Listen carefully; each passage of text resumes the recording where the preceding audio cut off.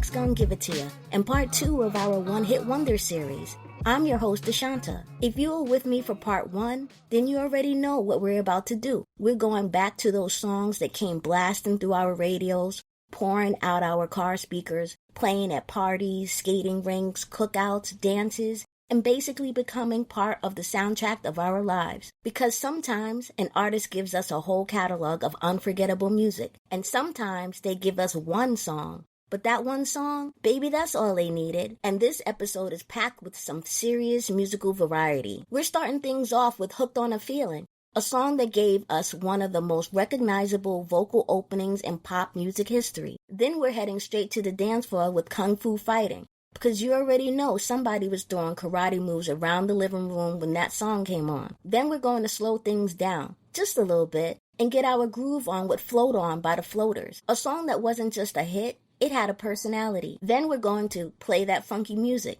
because when that bass line kicked in, you already knew the party was about to really get started. And finally, we're getting a little rough around the edges with Black Betty by Ram Jam. 5 songs, 5 different sounds, 5 stories, and 5 reminders that sometimes you don't need a dozen hits to make music history. You just need one song that people never forget. So today we're going to dig into the stories behind these records, the artists who made them, how these songs became hits, what happened afterward, and of course, take a little trip back to the time when these songs were part of our lives. Because that's what this series is really about. It's not just about the charts. It's about the memories, the places, the people, the clothes, the parties, the radio DJs, the record stores. The first time you heard that song and thought, oh, I'm with this. So turn it up, get comfortable, and take another ride with me down memory lane. Because this is One Hit Wonders Part 2. Let's get into it. Few songs in pop history prove that a familiar sound can become bigger than the artist who created it. Hooked on a Feeling by the Swedish band Blue Suede is one of the most recognizable songs in the 1970s, thanks to its unforgettable chant, infectious rhythm, and its ability to reappear in movies and television decades later. Yet Blue Suede's worldwide smash was actually a cover of a cover, built on a song that already had been a hit years earlier. For many listeners, especially generations who discovered it through movies like Guardians of the Galaxy, the song instantly brings back the feeling of 1970s pop culture. But behind the catchy Ooga Chaka opening is a fascinating story involving Memphis songwriting Swedish pop, a controversial British arranger, and one of the greatest examples of a one-hit wonder in music history. Before Blue Suede ever recorded Hooked on a Feeling, the song was written by American songwriter Mark James. Born Francis Zambon, James became one of the greatest songwriters of late 1960s and 1970s. He was part of the legendary Memphis music scene and worked with producer Chips Moman at American Sound Studio, a place responsible for numerous classic recordings. James would later become famous for writing songs such as Elvis Presley's Suspicious Minds and Grammy-winning Always on My Mind. James wrote Hooked on a Feeling as a straightforward love song about the overwhelming emotion of falling for someone. The title's idea of being hooked on love was built around the feeling of being unable to resist romantic attraction. The first recording came from James' friend, a collaborator. Country pop singer B.J. Thomas recorded the original version in 1968. Produced by Chips Moman, the recording featured musicians from the famous Memphis studio scene, including guitarist Reggie Young. Thomas's version sounded completely different from Blue Suede's later interpretation. Instead of the energetic, almost novelty-like arrangement that audiences would later know, the original was a smoother late 1960 pop soul performance. It reached number 5 on Billboard Hot 100 in 1969 and established Hooked on a Feeling as a successful song before Blue Suede ever touched it. Many listeners who know only Blue Suede's version are surprised to discover that the song was already a top 5 hit several years earlier. In 1971, King recorded his own version of Hooked on a Feeling and added the now famous chant at the beginning. His arrangement transformed the song from a romantic pop ballad into something much more rhythmic and theatrical. King's version reached number 23 on the UK singles chart, proving that the new arrangement had potential. The chant became the song's signature, although its origins has been debated. Some listeners have compared it to the vocal style of Johnny Preston's 1960 hit, Running Bear, but King said his chant came from his own idea of using voices in a rhythmic, reggae-inspired way. The band, originally known as Blåbus, which means blue denim shirt in Swedish, was formed in Sweden and featured vocalist Björn Skifs. For international audiences, the group changed its name to Blue Suede. When Blue Suede recorded Hooked on a Feeling in 1973, they borrowed heavily from Jonathan King's arrangement, including the chant, but added their own energetic performance style. The recording featured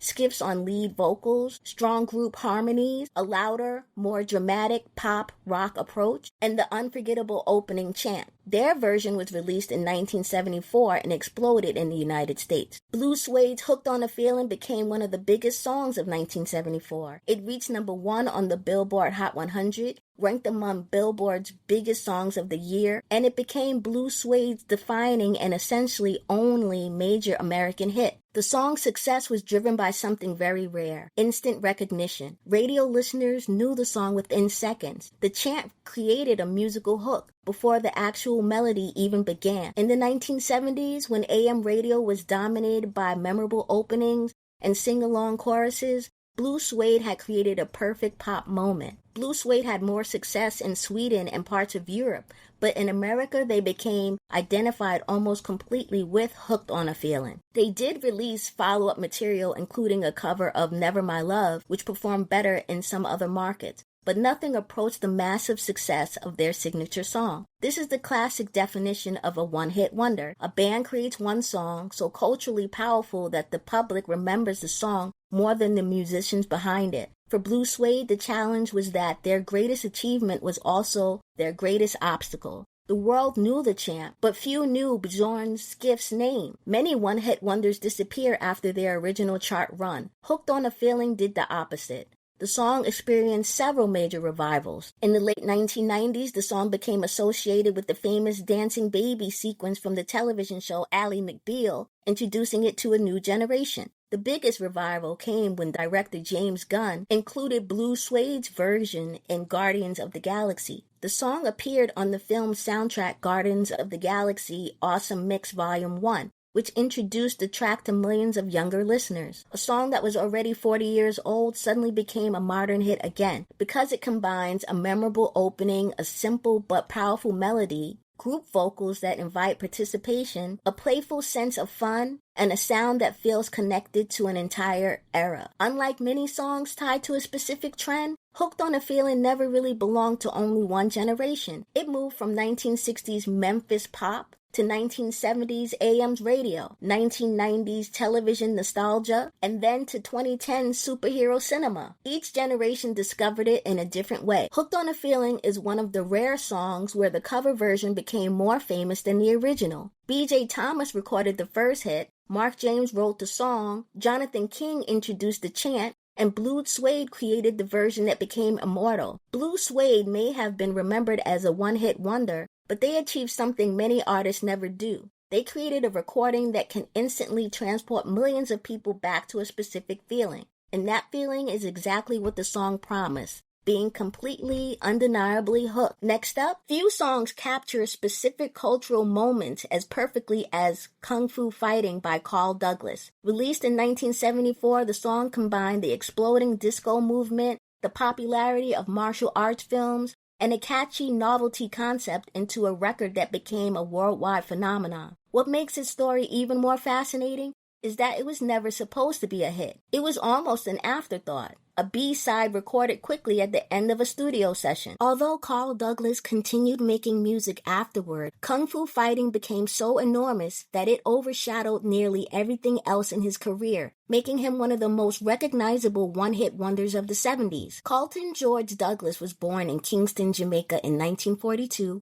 and later became part of the British music scene. Before Kung Fu Fighting, he was not an unknown amateur. He had spent years working in music, writing, producing, and attempting to establish himself as a recording artist. Douglas came from a generation of Caribbean artists who found opportunities in Britain's growing soul and R&B scene. During the 1960s and early 1970s, he worked behind the scenes and released recordings that failed to achieve major commercial success. He had talent and industry experience, but he had not found the song that would break him worldwide. Then came a song that nobody expected to matter, The story behind the song is almost unbelievable. In 1974, Douglas was working with British Indian producer and musician Beetle. They were recording another song, I Want to Give You My Everything, and needed a B-side. Douglas brought in some lyrics and ideas including kung fu fighting. According to accounts from the recording sessions, the song was cut very quickly, reportedly in about 10 minutes,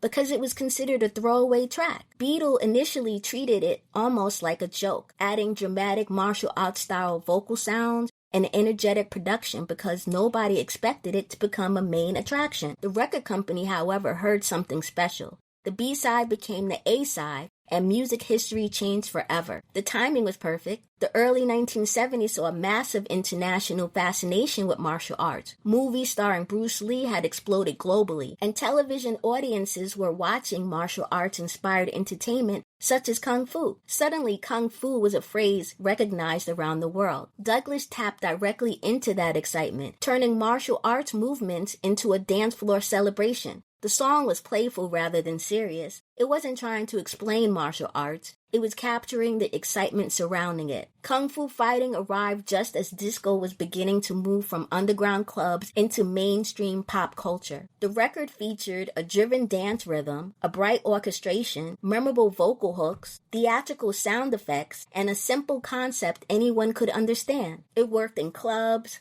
on radio, at parties, and for young listeners who loved the fun energy. It was a perfect everybody can participate song. One of the most amazing parts of the story is that the song initially struggled. When it was released in August 1974, radio stations were hesitant. It reportedly received little attention during its first few weeks and gained momentum through dance clubs and word of mouth instead. Once people started dancing to it, however, demand exploded. The song entered the UK charts, climbed rapidly, and eventually reached number 1. Then it climbed the Atlantic and became a massive American hit. It hit number 1 on Billboard Hot 100, number 1 in the United Kingdom, number 1 in multiple countries worldwide. Millions of copies sold internationally. The song reportedly sold around 11 million copies worldwide, placing it among the best-selling singles in popular music history. It also helped establish Carl Douglas as one of the first Jamaican-born artists to reach the top of the American pop charts. Following the single's success, Douglas released his debut album, Kung Fu Fighting and Other Great Love Songs, in 1974. The album performed well, reaching the top of the Billboard Soul Album chart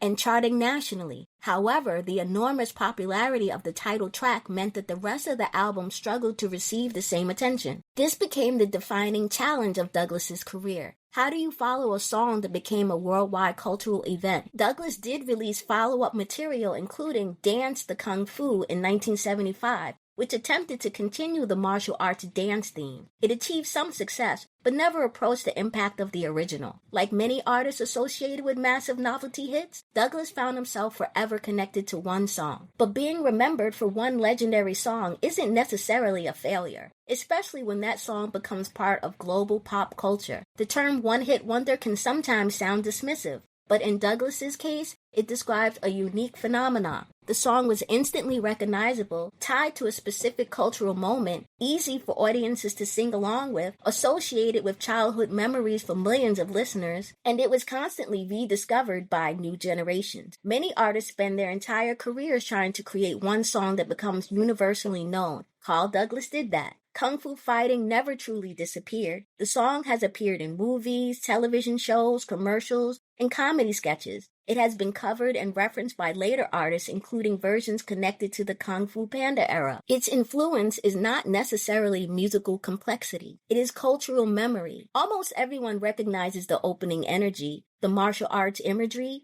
and the feeling of 1974 when disco, kung fu movies, and youth culture collided. For many Gen X listeners, Kung Fu fighting represents the colorful chaos of childhood, such as Saturday afternoon television, martial arts movies on TV, neighborhood kids pretending to know karate, roller rinks and disco culture, and AM/FM radio blasting unusual songs that could become huge overnight. It was a time when a song could be completely unexpected. A B-side could become a global anthem. That's part of what makes the story so special. Carl Douglas's Kung Fu Fighting is more than a novelty song. It's a snapshot of 1974, a moment when disco was rising, Martial arts were everywhere and popular music could still surprise the world. A song recorded almost as a joke became a #1 hit, sold millions of copies, and secured Carl Douglas a permanent place in music history. It wasn't just everybody hearing kung fu fighting, everybody really was talking about it. Up next, few songs captured a cultural collision of the mid-1970s, quite like Play That Funky Music by Wild Cherry. Released in 1976, the song was a massive crossover phenomenon. A hard rock band from Ohio embraced the funk and disco sounds dominating black radio and dance floors, creating one of the biggest hits of the decade. It became a #1 pop and R&B hit, earned a Grammy nomination, sold millions of copies, and eventually defined Wild Cherry as one of the most famous one-hit wonders in music history. The irony is that Wild Cherry did not begin as a funk band. They were a rock band, trying to survive in a rapidly changing music landscape. Their greatest success came when they stopped fighting the musical direction of the moment and created a song that embraced it. Wild Cherry was formed in 1970 by singer-guitarist and songwriter Rob Parisi in the Ohio Valley town of Mingo Junction, Ohio. The band's name came from a box of Wild Cherry cough drops. Originally, they were influenced more by hard rock than funk, performing covers and original songs in bars and clubs throughout Ohio, West Virginia, and Pennsylvania. During the early 1970s, Wild Cherry struggled to gain national attention. They released some local recordings, but nothing broke through. By the middle of the decade, the music business was changing dramatically. Disco, funk, and R&B were becoming dominant forces, while many traditional rock clubs were shrinking. Wild Cherry found themselves caught between two worlds. They were a rock band playing in clubs where audiences increasingly wanted dance music. The story behind Play That Funky Music has become legendary. While performing in clubs that catered more towards funk and dance audiences, Wild Cherry began hearing complaints from crowds who wanted something different from their rock-oriented sets. According to accounts from the band, audience members would challenge them to play funk music, famously inspiring the idea behind the song's title and concept. Rob Parisi took that frustration and turned it into a song. The idea came together quickly, reportedly written in just minutes. Parisi wrote the lyrics around the experience of a white rock musician discovering the power and energy of funk. The song's story was almost an autobiography. A rock musician realizes that the audience does not want another guitar-heavy rock song. They want groove. When Wild Cherry entered the studio, Play That Funky Music was not originally expected to become their biggest song. The band had planned it almost as a secondary track, with the intention of recording a cover of the Commodores' I Feel Sanctified. However, people involved with the recording recognized the potential of the original song and pushed for it to become the main single. The recording featured Rob Parisi on lead vocals, guitar, and songwriter, Brian Bassett on guitar, Alan Wentz on bass, Ron Beadle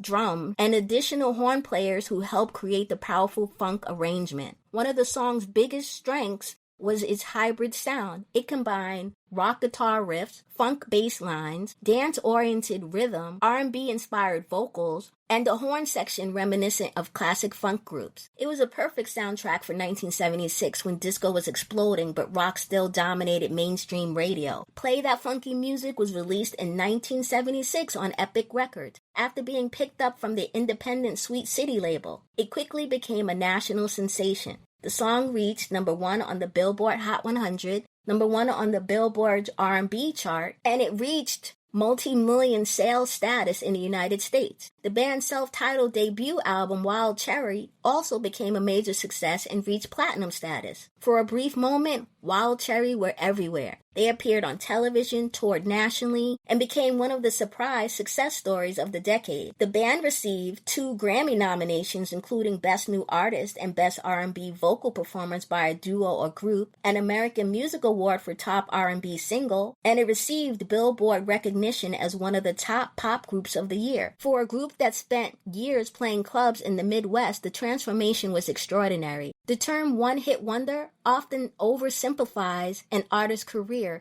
and Wild Cherry is a perfect example. The band continued recording after Play That Funky Music. They released albums including Electrified Funk in 1977, I Love Music in 1978, Only the Wild Survive in 1979. However, none matched the cultural impact or commercial success of their debut hit. Some follow-up singles charted modestly, but nothing approached the phenomena of Play That Funky Music. By 1979, Wild Cherry had disbanded. The song's legacy is complicated and fascinating. At its core, Play That Funky Music represents a moment when mainstream white rock musicians openly acknowledged the influence and power of black funk and soul music. During the 1970s, funk was being shaped by artists such as James Brown, Parliament Funkadelic, Sly and the Family Stone, and Earth, Wind & Fire. Wild Cherry's song helped bring funk rhythms to a broader pop audience. The song also became a cultural shorthand. The phrase associated with the song's title entered everyday language, often used humorously to describe someone being challenged to adapt or get with the groove. The song experienced another wave of attention decades later when it was connected to sampling controversies. Vanilla Ice used elements associated with Play That Funky Music in later work, leading to legal disputes over songwriting credits and royalties. The controversy reinforced the importance of recognizing the original creators of sampled music. Nearly 50 years later, Play That Funky Music remains a party staple because it succeeds on several levels. The bass line and drums immediately create movement. The song does not ask listeners to analyze it, it makes them dance. Unlike many disco-era hits focused purely on celebration, this song has a narrative. A musician discovering what audiences truly want. It bridged rock, funk, soul, and disco at a time when those genres were often separated by radio formats and cultural boundaries. For Generation X especially, the song became part of the soundtrack of childhood. Heard at school dances, roller rinks, family gatherings, movies, commercials,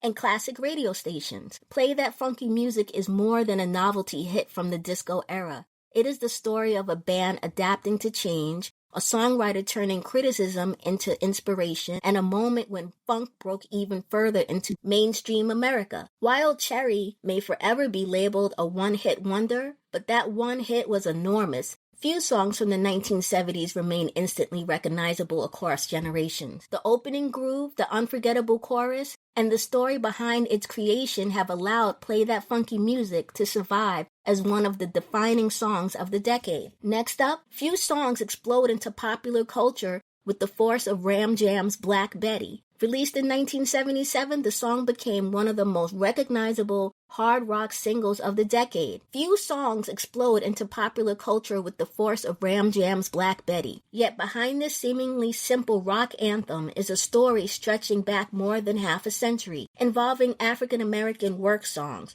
prison chants, folk music preservation, controversy, and a band that became famous almost entirely because of one recording. Ram Jam became the definition of a one-hit wonder, a band whose name is permanently attached to one massive song. Although they released 2 albums and continued making music after Black Betty, nothing else they recorded approached its success. The story of Black Betty begins long before rock music. The song is considered part of the tradition of African American work songs and folk music from the 19th and early 20th centuries. It was a rhythmic chant used by workers, prisoners, and laborers where repetition and strong beats help people maintain rhythm during physically demanding tasks. The song is often associated with legendary folk and blues musician Lead Belly, also known as Huddie Ledbetter, who helped popularize many traditional songs during the folk revival era. However, Black Betty itself appears to have existed as traditional material before Lead Belly's recordings. The meaning of Black Betty has been debated for decades. Contrary to what many listeners assume,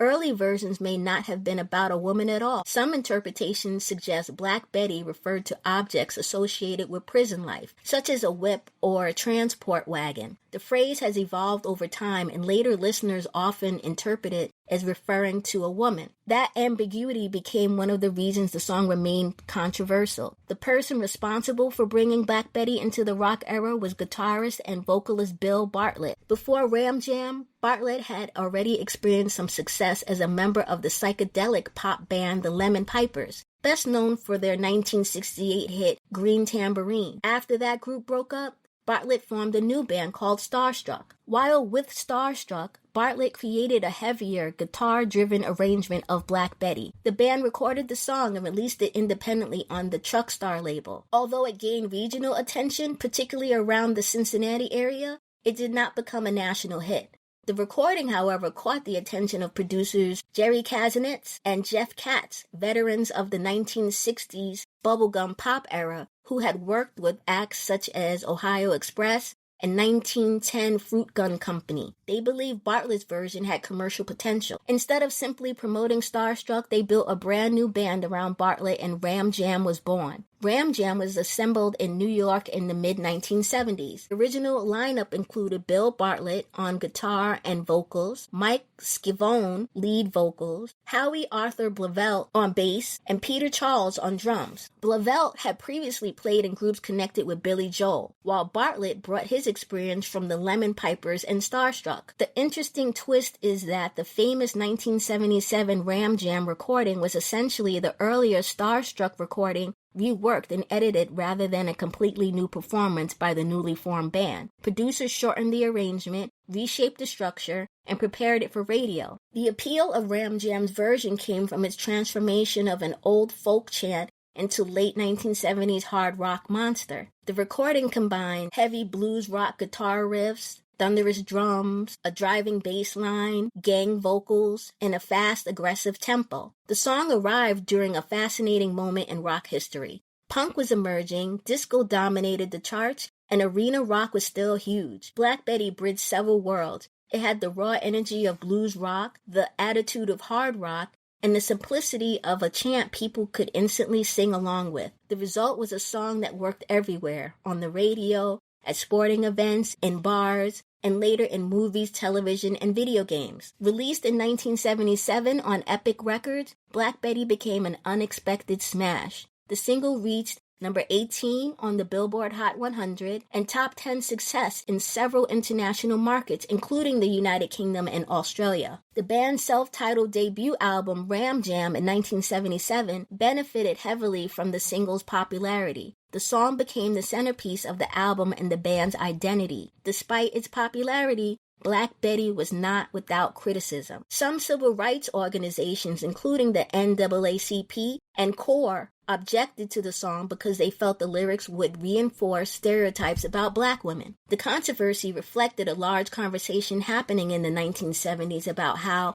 traditional African American songs were being adapted and commercialized by mainstream artists. The debate was complicated because the song's origins were not straightforward. It was a traditional folk song with meanings that changed over generations, but many modern listeners heard the title as referring specifically to a Black woman. The controversy did not stop the song's success, but it has remained part of a discussion about cultural interpretation, adaptation, and ownership. Ram Jam released a second album, Portrait of the Artist as a Young Ram, in 1978. But they were never able to duplicate their breakthrough. The album moved toward a heavier sound, closer to metal, but failed to produce another major hit. Like many one-hit wonders, the band became both famous and trapped by its biggest song. For most listeners, Ram Jam equals Black Betty. Black Betty equals Ram Jam. Their other songs received little attention compared to their signature track. One of the most remarkable things about Black Betty is that it never really disappeared. Over the years, the song has appeared in movies, television shows, commercials, video games, and sports arenas. It has also been covered by numerous artists, proving that the song's basic structure is powerful enough to survive across generations. The song experienced another revival in the 1990s when remixes helped introduce it to a new audience. Black Betty is one of rock music's great transformations. It began as a traditional African-American work song,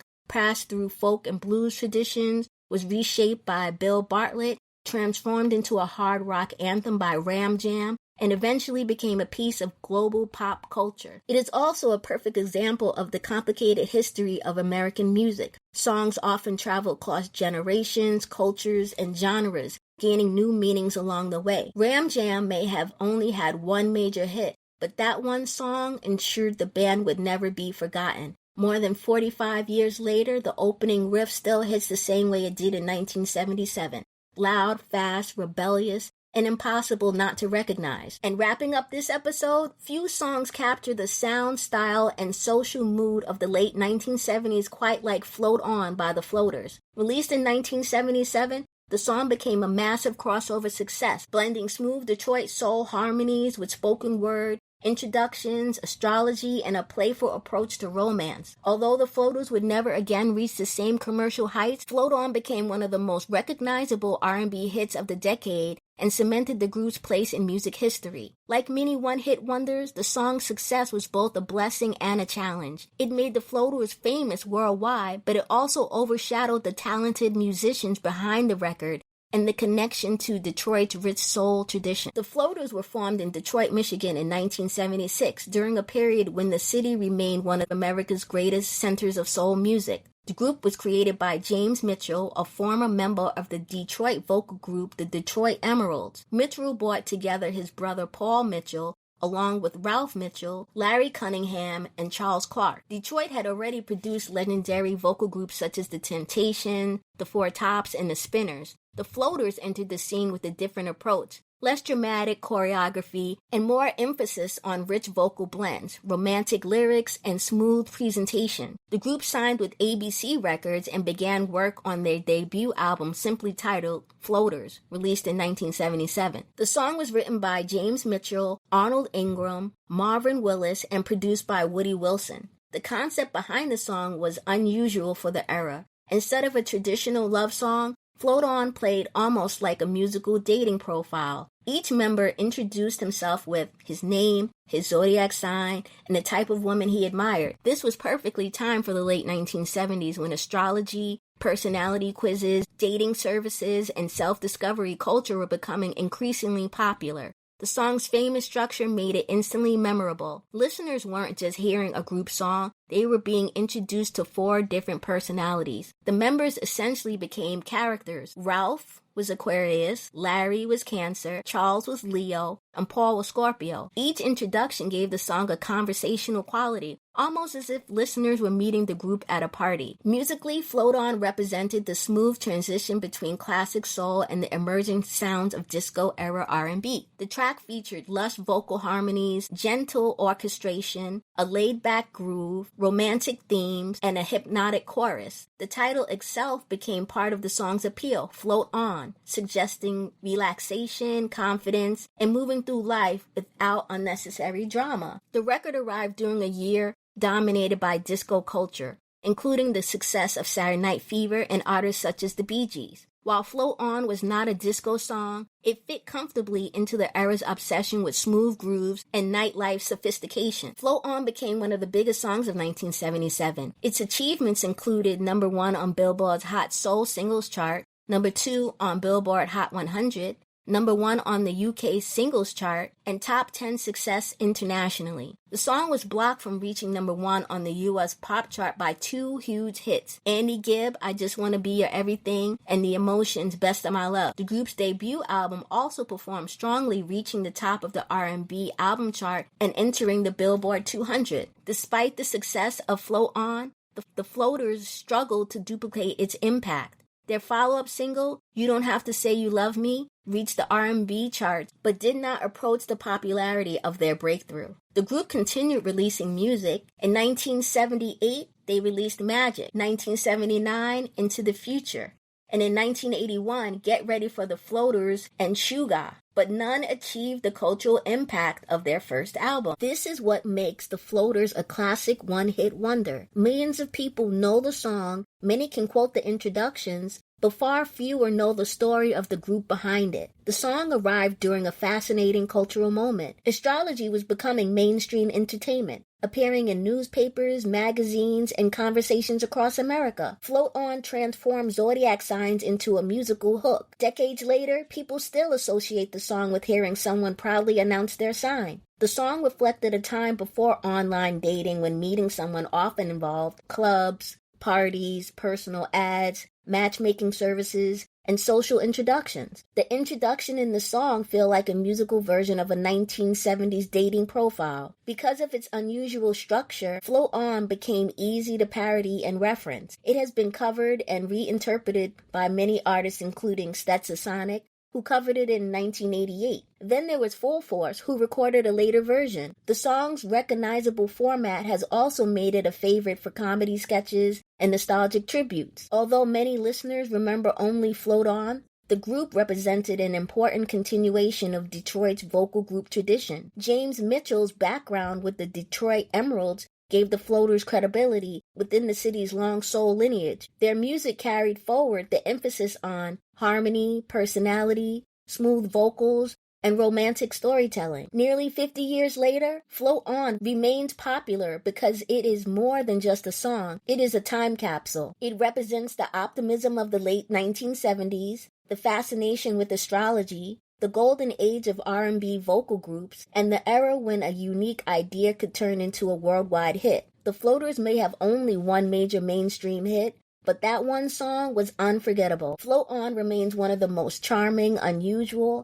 and instantly recognizable one-hit wonders of a smooth soul anthem where romance, personality, and the stars aligned perfectly. And just like that, another trip down Gen X memory lane has come to an end. What a ride! From Hooked on a Feeling to Black Betty, we just revisited a time when the radio was king. MTV was still figuring itself out, and a single song could absolutely take over your entire world for a summer, or sometimes for a lifetime. That's the magic of one-hit wonders. They don't need a catalog of albums or a long list of awards. They just need one moment, one perfect combination of sound, timing, and cultural chaos that sticks with us forever. And if you're anything like me, hearing these songs doesn't just bring back the music, it brings back everything around it. The cars we're riding in, the friends we were with, the dances we definitely thought we could do better than we actually could. That's the power of Gen X memory. So thanks for laughing, reminiscing, and rocking with me on this journey through part 2 of our One Hit Wonder series. I'll love you forever if you like, share, and subscribe. And don't worry, we're not done yet. There are plenty more songs, stories, and wait, they did that song? Moments still to come. Until then, keep those speakers up, keep those memories loud, and keep that nostalgia alive, because this Gen X gonna give it to you. Catch you on the next one. Peace.